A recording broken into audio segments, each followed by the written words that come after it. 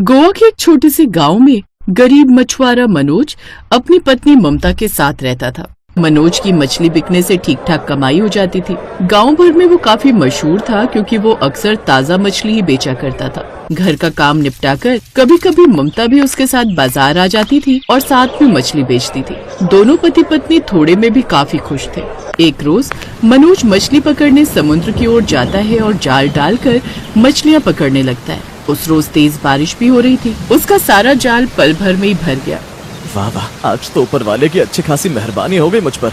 तभी कुछ देर बाद वहाँ पर उसी गांव का दूसरा मछुआरा आलोक भी आ जाता है, लेकिन मनोज के जाले को देखकर वो बुरी तरह जल भुन जाता है। सारी मछलियाँ तो ये मनोज पकड़ लेता है। काश थोड़ा जल्दी सोकर उठ जाता तो ये सब मछलियाँ मेरे जाल में होती। दरअसल आलोक बड़ा ही आलसी और कामचोर था। वो रोज देर तक सोया रहता, जिस कारण बाकी मछुआरे वहाँ पर आ जाते और मछलियाँ भर कर ले जाते, जबकि आलोक रोज देर से आता, जिस वजह से उसे बहुत ही कम और छोटी छोटी मछलियाँ मिलती थी। इसीलिए उसकी कम कमाई होती थी, जबकि मनोज अच्छे खासे पैसे कमा लेता था। मछली ले लो, मछली ताजी ताजी समुद्री मछली। अरे यहाँ आइए और ताजा ताजा मछलियाँ ले जाइए, एकदम खरी मछली। आइए आइए। अरे आलोक, ये कैसी मछली बेचता है? एकदम छोटी छोटी बच्चा मछली, इसका तो कोई स्वाद ही नहीं होता है। मछली खानी है तो मनोज भाई की खाकर देखो, क्या कमाल की मछली होती है। आप सच कह रहे भाईजान? इसी तरह एक एक कर ग्राहक उसके पास ही आते हैं और मनोज की मछलियाँ 2 घंटे में ही बिक जाती हैं। अरे वाह, आज तो कमाई तो बाकी सब दिनों से ज्यादा है। आज तो घर जाकर ममता से कहूँगा मछली के पकौड़े बनाने को। एक तो ये धीमी धीमी बारिश और ऊपर से मछली के पकौड़े, वाह फिर तो मजा ही आ जाएगा। घर आकर मनोज अपनी पत्नी को फिश पकौड़े बनाने को कहता है। ममता बड़ी ही स्वादिष्ट फिश पकौड़े बनाती थी। उसके हाथों में गजब का स्वाद था। ठीक है जी, तुम आराम करो, मैं थोड़ी देर में फिश पकौड़े बना कर ले आती हूँ। वो दोनों पति पत्नी अपनी गृहस्थी में काफी ज्यादा खुश थे। ऐसे कुछ समय बीत जाता है। कुछ दिनों बाद बरसात का मौसम शुरू हो जाता है, जिसमें समुद्र में खूब सारी मछलियाँ ऊपर आ जाती हैं। मनोज बहुत सारी मछली पकड़कर घर में एक छोटा सा तालाब बनाकर इकट्ठा कर लेता है। अब देखना ममता, अगले कई दिनों तक हमें बिल्कुल भी परेशान होने की जरूरत नहीं है। अगले कई दिनों तक हम यही मछलियाँ बेच बेच कर पैसे कमाएंगे और अब बरसात बिताने तक मुझको नदी पर नहीं जाना पड़ेगा। इसे ही बेचकर गुजारा चल जाएगा। ये तो बहुत अच्छी बात है जी। अच्छा सुनिए, मैं पड़ोस की नीलम के साथ दूसरे गांव जा रही हूँ। उसके भाई के यहाँ उसको कुछ काम है। अच्छा ठीक है, मैं भी बाजार जा रहा हूँ मछली बेचने। उस रोज भी मनोज रोज की तरह अच्छी कमाई करके लौटता है, लेकिन रास्ते में आलोक कुछ गुंडे भेजकर उसका एक्सीडेंट करवा देता है। अब आलोक बड़ा खुश होता है। ससुर का नाती बहुत नोट छाप रहा था मछलियाँ बेचकर। अब सबके सब लोग मुझ मछुआरे से ही मछलियाँ खरीदेंगे। जैसे ये बात गरीब ममता को पता चलती है, वो जल्दी से अस्पताल पहुंचती है। डॉक्टर साहब, मेरे पति ठीक तो हो जाएंगे ना? देखिए, एक्सीडेंट इतनी बुरी तरह से हुआ है कि इनकी रीढ़ की हड्डी पसली टूट गई है और ऑपरेशन करना होगा, जिसमें कम से कम 1 लाख रुपए का खर्च आएगा। लेकिन मैं गरीब, इतने पैसे कहाँ से लाऊंगी? आपको पैसों का इंतजाम तो करना ही होगा, नहीं तो तब तक इनको ऐसे ही बिस्तर पर रहना होगा, और जब तक पैसों का इंतजाम नहीं हो जाता इसे घर ले जाइए। ममता उसे लेकर घर आ जाती है। फिर अगले दिन से ही ममता बाजार में मछली बेचने के लिए पहुंच जाती है, लेकिन आलोक गुस्से में उससे कहता है, अरे ओ खबरदार, अगर तूने इस बाजार में मछली बेची समझी ना, तेरे चलते मेरा धंधा चौपट हो रहा है। कल से तू यहाँ दिखी ना तो देख लेना, ठीक नहीं होगा। आलोक उसे गुस्से में वहाँ से भगा देता है। उदास होकर ममता वापस जाने लगती है। हे भगवान, मुझे रास्ता दिखा, मैं क्या करूँ? मेरे पास तो कोई चारा भी नहीं है मछली बेचने के सिवाय। तभी ममता बाजार में खाने पीने का ठेला देखती है। इस बाजार में खाने पीने के ठेले कितने अच्छे चल रहे हैं, फिर तो मैं भी अपने फिश पकौड़े बनाकर बेच सकती हूँ, और मैं बनाती भी बहुत अच्छे हूँ। अगर मैं भी उन्हें बनाकर बाजार में बेचूं तो शायद गुजारे के लायक पैसे हो जाएंगे। अगले दिन सुबह उठकर ममता ढेर सारी सुगंधित मसाले तैयार करती है और बढ़िया फिश पकौड़े बनाकर बाजार में बेचना शुरू करती है। फिश पकौड़े खा लो, गर्मा गर्म फिश पकौड़े, आओ आओ, तीखी मसालेदार फिश पकौड़े हरी चटनी के साथ सिर्फ 40 रुपए प्लेट। अरे वाह वाह, ये तो बहुत ही बढ़िया खुशबू आ रही है। अरे वो फिश पकौड़े वाली, जरा लगा तो 1 प्लेट। गरीब ममता फटाफट से प्लेट में गर्मा गर्म फिश पकौड़े डालकर देती है, जिसे खाने के बाद अरे वाह, मजा ही आ गया। ऐसे कमाल के फिश पकौड़े तो मैंने आज से पहले कभी नहीं खाए। तभी दूसरा आदमी उसके पास आता है। अरे तो मुझको भी लगाना 1 प्लेट। जी बस अभी देती हूँ भैया जी। दूसरा ग्राहक भी जैसे ही फिश पकौड़े खाता है तो उंगलियां चाटता रह जाता है। तुम्हारे फिश पकौड़े तो सबसे अच्छे हैं, इसने तो होटल के खाने को भी फेल कर दिया है। लोगों को गरीब फिश पकौड़े वाली की प्रशंसा करते देखकर आलोक जल भुन उठता है और वो अफवाह फैलाकर लोगों को भड़काने की कोशिश करता है। अरे ओ भाई, ये एक नंबर की ठग औरत है, इसके फिश पकौड़े बिल्कुल मत खाओ, ये बासी मछलियों से बनाती है। नहीं नहीं, आप इनकी बातों में मत आइए, ये सच नहीं है। वो रोते हुए अपनी पूरी सच्चाई का सबूत देती है। आप सब इसकी बातों पर भरोसा मत कीजिए, आप सब चलकर मेरे घर पर देख सकते हैं। मैं एकदम ताजा और जिंदा मछली पाल कर ही उसे फिश पकौड़ी बनाने में इस्तेमाल करती हूँ। ये आदमी झूठा है, ये बस मुझ गरीब को और परेशान करके मेरी जिंदगी में तूफान लाना चाहता है।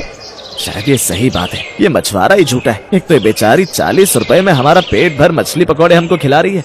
बाजार में सभी गरीब ममता का साथ देते हैं क्योंकि इतने दिनों में सबको उसके बारे में पता चल चुका था। अब ममता बिना किसी डर के रोज बाजार में अच्छे से मछली के पकौड़े बनाकर बेचती है, जिससे उसकी थोड़ी बहुत कमाई हो जाती है। लेकिन फिर भी अभी तक उसके पास में अपने पति का ऑपरेशन करवाने के पैसे जमा नहीं हो पाते, इसीलिए वो काफी ज्यादा दुखी हो जाती है और रोते हुए कहती है, इतने वक्त से मैं मेहनत कर रही हूँ लेकिन कुछ सफलता नहीं दिखाई दे रही। ऐसे कब तक मैं पैसे जमा करूंगी और कब जाकर मैं अपने पति का इलाज करवाऊंगी। मुझे फिश पकौड़े का दाम बढ़ा देना चाहिए पर ग्राहक भड़क न जाए।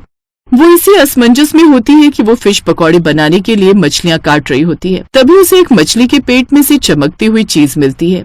अरे वाह, ये तो कोई कीमती मोती लगता है, लेकिन ये इस मछली के पेट में कैसे आ सकती है? ये समुद्र की गहराई में गई हो जहाँ मोती होते हैं और ये महंगा मोती मुझे मिलना भगवान की इच्छा था। इसे बेचकर मैं अपने पति का इलाज करवा पाऊंगी।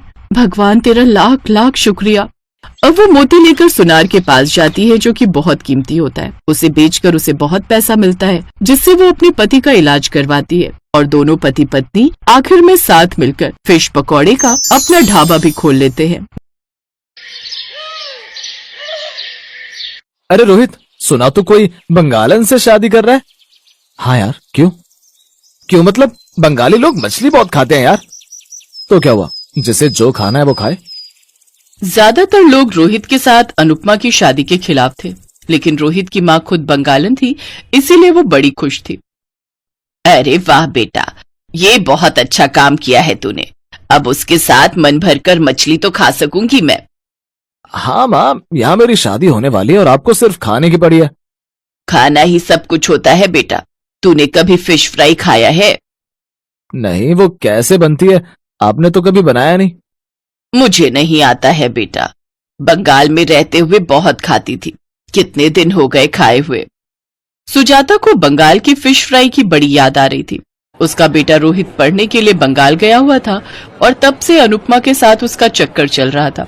पढ़ाई के बाद रोहित दिल्ली लौट आया और यहाँ उसकी नौकरी लग गई, लेकिन अनुपमा से दूर वो नहीं रह पा रहा था, इसीलिए दोनों ने शादी करने का फैसला किया। इसीलिए रोहित ने और देर नहीं की, उसने अनुपमा से शादी कर ली और उसे भी दिल्ली लेकर आ गया। सुजाता तो बड़ी खुश हुई। तुम्हें देखकर घर की याद आ रही है। खाना बनाना तो आता है ना तुम्हें? हाँ हाँ माँ जी, सब कुछ बना लेती हूँ। आपको क्या खाना है बोलिए।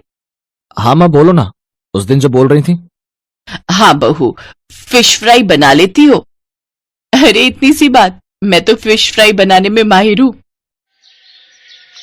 अनुपमा ने फटाफट 3 फिश फ्राई बना लिया और सभी बैठकर खाने लगे। सुजाता तो खाते ही खुश हो गई। अरे वाह, लास्ट कोलकाता में खाई थी ऐसी फिश फ्राई। तू तो सच में फिश फ्राई बनाने में माहिर है बहू। हाँ अनुपमा, बढ़िया बनी है। इसे तो मैं चावल के साथ खाऊंगा। उसके बाद से अनुपमा हर 2 दिन में एक बार फिश फ्राई बनाने लगी और रोहित काम पर जाने लगा। लेकिन एक दिन रोहित परेशान होकर घर लौटा। क्या बात है, तुम इतना परेशान क्यों लग रहे हो?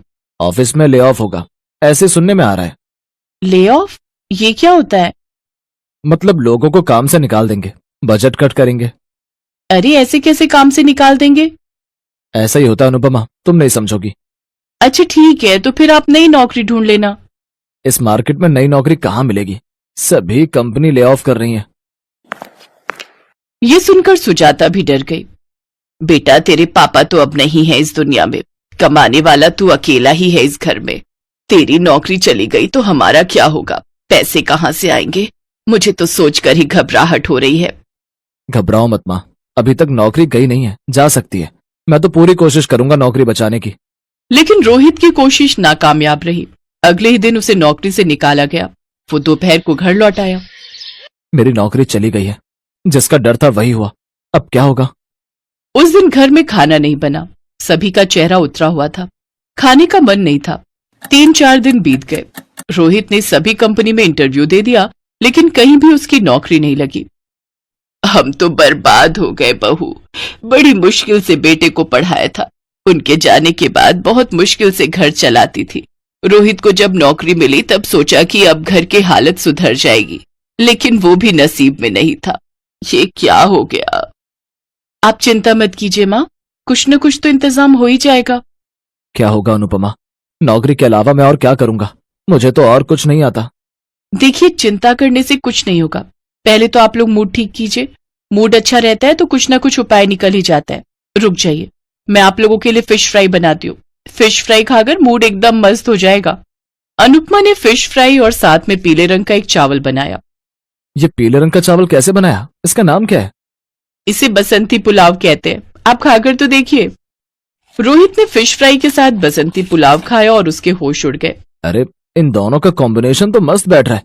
मीठे मीठे पीले बसंती पुलाव के साथ क्रिस्पी फिश फ्राई, इन दोनों का कॉम्बिनेशन तो 200 रुपए प्रति प्लेट बिकेगा। अरे, ये तो मैंने सोचा भी नहीं। मैं ऑफिस के बाहर ये बेच सकती हूँ। मतलब मैं फिश फ्राई चावल बेच सकती हूँ। ऑफिस के बाहर लोग खाने के लिए आते हैं ना। अरे खूब बात है, एक आदमी राजमा चावल बेचता है, उसकी कमाई तो हमारी सैलरी से ज्यादा है। अरे हाँ, तुम भी तो ये बेचकर बहुत पैसे कमा सकती हो अनुपमा। रोहित की जितनी भी सेविंग्स थी उसने वो सब ठेला खरीदने में लगा दिया। अगले दिन अनुपमा ने ऑफिस के बाहर ठेला लगा दिया। आइए आइए, फिश फ्राई चावल खाइए। ऑफिस में जो काम करते थे वो खाना खाने के लिए बाहर निकलते थे। वो लोग ठेले पर आने लगे। फिश फ्राई चावल, ये कुछ नया लग रहा है, एक प्लेट दीजिए। अरे यार, ये तो मस्त है। वही राजमा चावल छोले चावल खा खाकर पक गई थी। कुछ ही दिन में ठेले पर भीड़ जमने लगी। आसपास बहुत सारे ऑफिस थे। धीरे धीरे वहां से भी लोग फिश फ्राई चावल खाने के लिए ठेले पर आने लगे और अनुपमा महीने के लाखों रुपए कमाने लगी। तुम तो मेरी सैलरी से बहुत ज्यादा कमा रही हो अनुपमा, अब से मैं भी तुम्हें मदद करने के लिए आऊंगा। रोहित ने नौकरी की कोशिश छोड़ दी और वो भी फिश फ्राई चावल बेचने लग गया। धीरे धीरे उनकी कमाई और ज्यादा होने लगी। अब उन्होंने उसी जगह पर जमीन लेकर एक ढाबा खोल दिया, जिसका नाम उन्होंने गरीब का फिश फ्राई चावल ढाबा रखा। उस ढाबे पर अब ऑफिस कर्मचारियों के साथ साथ और भी लोग गाड़ियां रोककर खाना खाने आने लगे और वो सब खुशी खुशी रहने लगे। Best buddies. Hello friends. Thanks for watching this video. अगर आपको ये वीडियो पसंद आया है तो प्लीज लाइक, सब्सक्राइब, कमेंट्स करें इस वीडियो पर और हाँ, शेयर करना भी ना भूलें। और भी मजेदार वीडियो देखने के लिए नीचे दिए गए बेल आइकॉन को दबाएं। देखते रहिए बेस्ट बडीज।